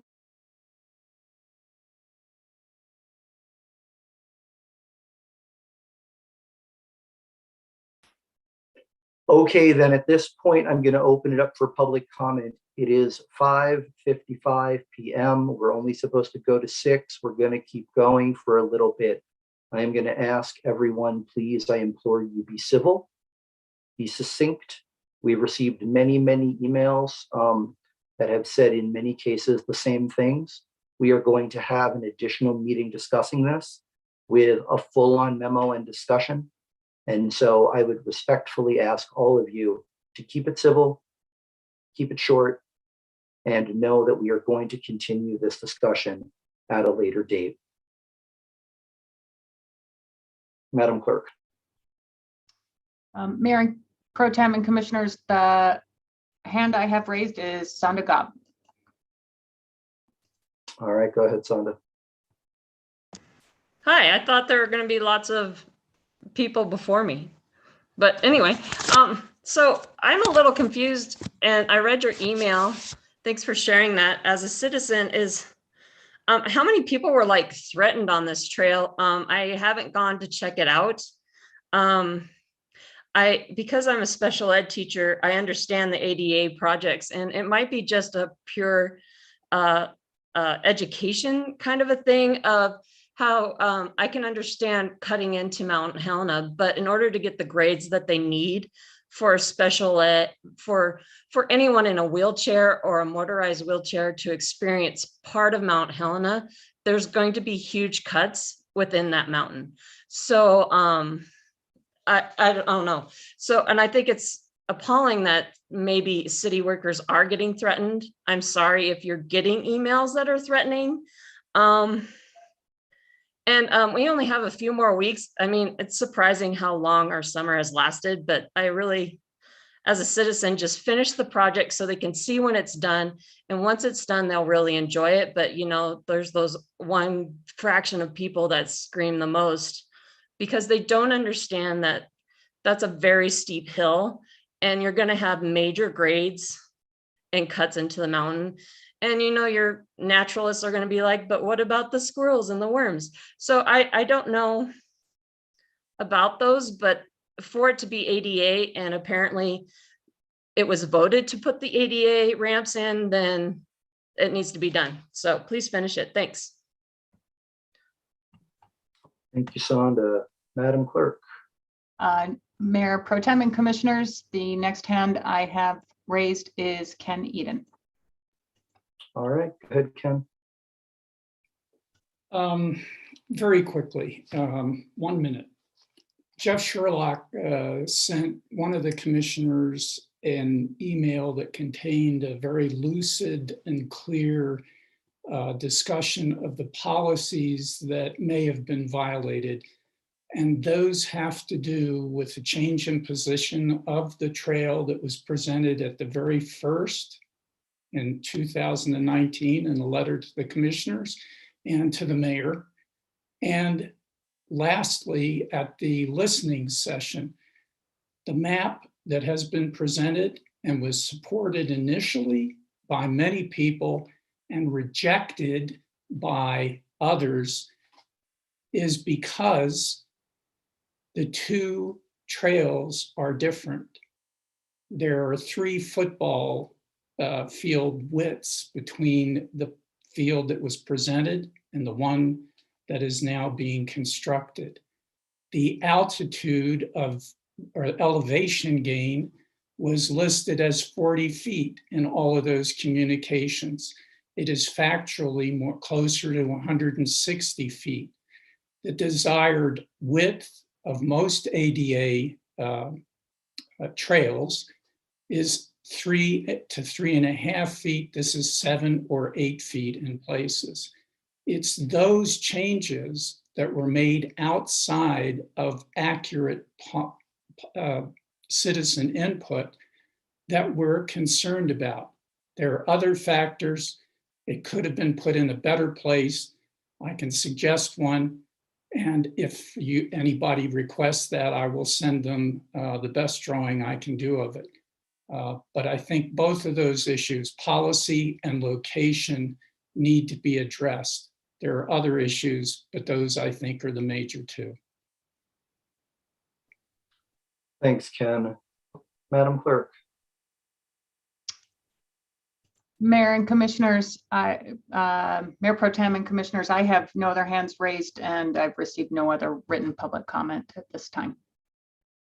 All right, we're going to wait another 45 seconds just for anyone who's interested. See, there we go. Madam Clerk. Thank you, Mayor Pro Tem. Next, I have Judge Sherlock.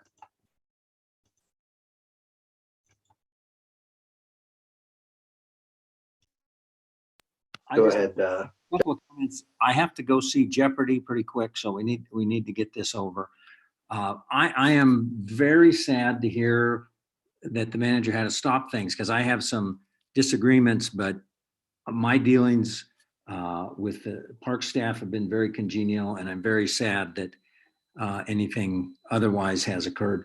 My concern, and I suppose it's kind of ironic on this public engagement thing. I mean, I've been sitting here for 2 hours. I have some things to say. I don't know. I don't want to get into it. At this point, I don't know if I should get on Monday and listen or what's going on. That's my concern. I don't know when the appropriate time to talk is, and it's probably not now. I don't know if, from what I've heard, am I supposed to be listening on Monday in case something goes on? Or are we going to have a specified time to say our piece and be done? That's all I've got. Thanks.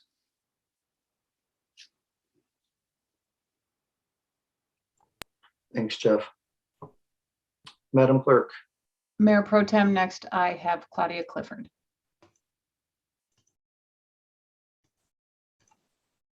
Thanks. Just to remind you, I am a member of the HOMAC committee, so I went through this process last year, and I do think that you have a complicated situation of a very new process on top of COVID, I might add, which made outreach tough. But I also would say that I think there was a shortfall in outreach.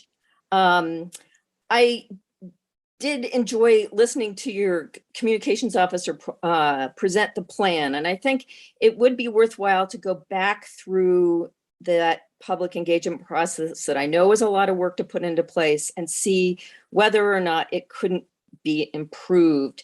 Because I think the kind of reaction that you got on this project does still demonstrate that the outreach was not good enough. I will be honest with you to say that I didn't even realize the extent of what this construction would be like.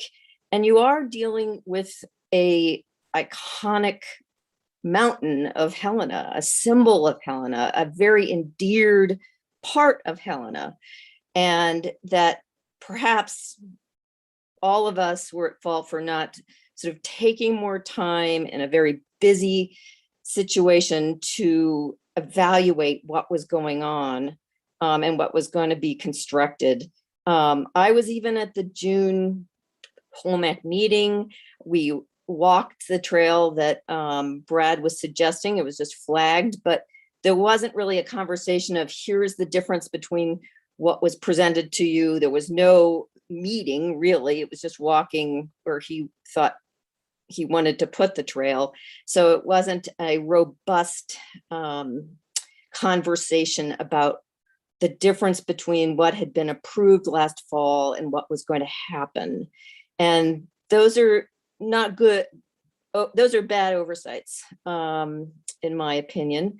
so that you do have lovers of the mountain like Judge Sherlock and Ken Eden, who've done a lot for the city and a lot for your open lands, and many others who necessarily were caught off guard and not understanding the kinds of decisions that were happening. So I think all around, that's about communication and engagement with the public and having accurate information from staff about what is going on.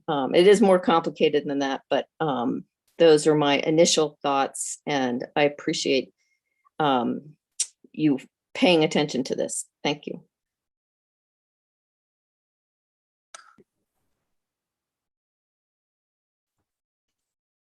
Mayor Pro Tem, next up, I have Chantal Schiefer. Thank you. Can you hear me? Can hear you. Great. Thank you. First of all, I wanted to say thank you so much for the service that you provide to the community of Helena. I know this is hard work and it is very much appreciated. Like Judge Sherlock, I have a lot to say about this issue as well, and I look forward to the opportunity to do that as someone who would use an ADA trail regularly.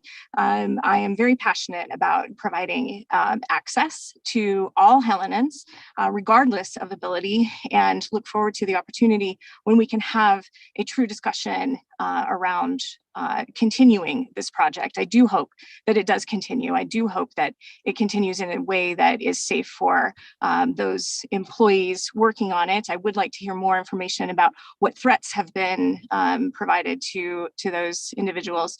But I just want to speak in strong support of this trail, of more trails that are accessible in this community, so that we are as inclusive as possible to all Helenans. Thank you. Thank you, Chantal. Madam Clerk. Mayor Pro Tem, I have no other hands raised at this time, no written public comment. Okie dokie, so we are going to move on. Commissioners, maybe just a question for the manager. So going back to both sort of Ms. Schaefer and Mr. Sherlock's comments of wanting to speak at a later time, when can we realistically have that meeting, Manager Harlow-Shaw? Yeah, well, we'll go ahead and complete the documentation upload. We've spent the last week and a half pulling all of the information together in case we wanted you wanted to have an additional set of conversations tonight. So I believe we'll be ready to go ahead and post it for the Monday meeting. We have not posted the agenda. We would have sufficient public notice available. I also would recommend that it be just the beginning of a conversation, that it is not a conversation I think that is a done conversation. Already I shared to you the need to create more clarity around Home Act's role and how they fit into the larger overall construction, maintenance, and communications as well. So I think this is just the beginning of potentially a mini meetings where we break down what I think is one of the most important portions of the community. As you've shared, I think Chantal shared, it's a beloved asset of the community. So commissioners, do you have any concerns with doing sort of an informational session on Monday night? It sounds like there isn't going to be any decision point on it, getting it on the agenda and doing that for Monday's meeting. I don't know what's on that agenda. I will defer to the commission. I will say I always have a concern about doing sort of these informational pieces on our Monday night meetings. I think it's sort of somewhat incoherent with the rest of the flow of the Monday meeting, but I'll obviously defer to whatever the group of commissioners want. Mr. Mayor Pro Tem. Yeah, go ahead. I'm comfortable with that.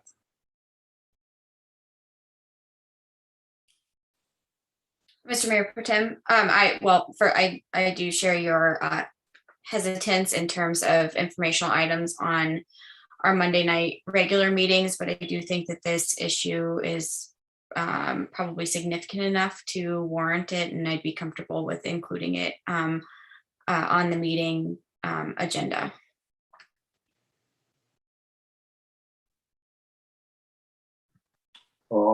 Commissioner Loughlin. Oh, I was just gonna say I'm comfortable with that too. All right, so then Manager Harlow-Schalk, I think there's consensus to have this put on as an agenda item for Monday night. And since the mayor's not here, I'll make the unfunded commitment on his part that people will have the opportunity to speak their piece and not be limited by my draconian civility and shortness. Well, let's keep it civil, but shortness order on Monday night. So you heard it here, and we'll see where it falls on the agenda. Commissioners, anything else for the manager?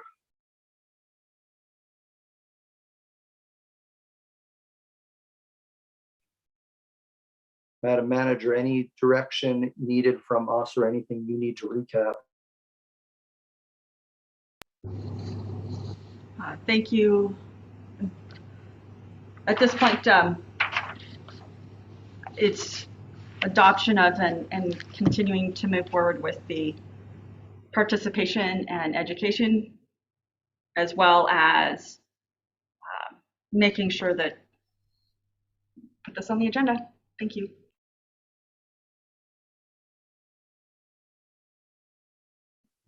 All right, so then that brings us to public comment on any item that was not on today's meeting. So if you have public comment on anything that was not on today's meeting, now is the time to make comment on that item.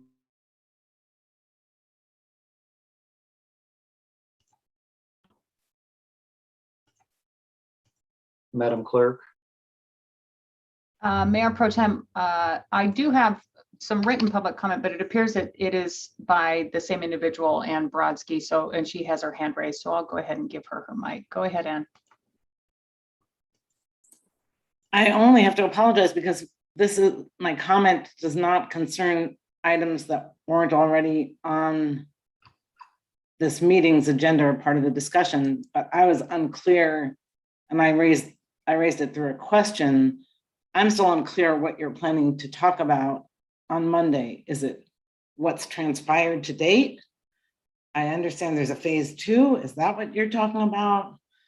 And I mentioned in my written comment that my observation, which is I've only become recently involved or known about this issue when I saw it going up behind my house, is whether what has transpired to date on phase 1, if that was ever publicly noticed properly, because it's apparently quite different from it was. So my question really is, are you going back in time to talk about that on Monday's meeting? Or are you talking about the conversation about there's a phase 2 discussion? I don't understand, and excuse me if I just didn't absorb what was being said. I'm kind of new to the conversation here. Thank you. Thanks, Ann. Madam Clerk, any other comments? Mayor Pro Tem, Commissioners, I believe Ann succinctly clarified or stated her written public comment. So other than that, I have no other hands raised and no other written public comment at this time. All right, Commissioners, anything else before we close out for the night? Maybe just me for the manager, just riffing off of Ann's question at the end there. It's my understanding that on Monday night, we are having an informational item on sort of the trail to date with no action item associated with it, but we'll have the ability to have public comment.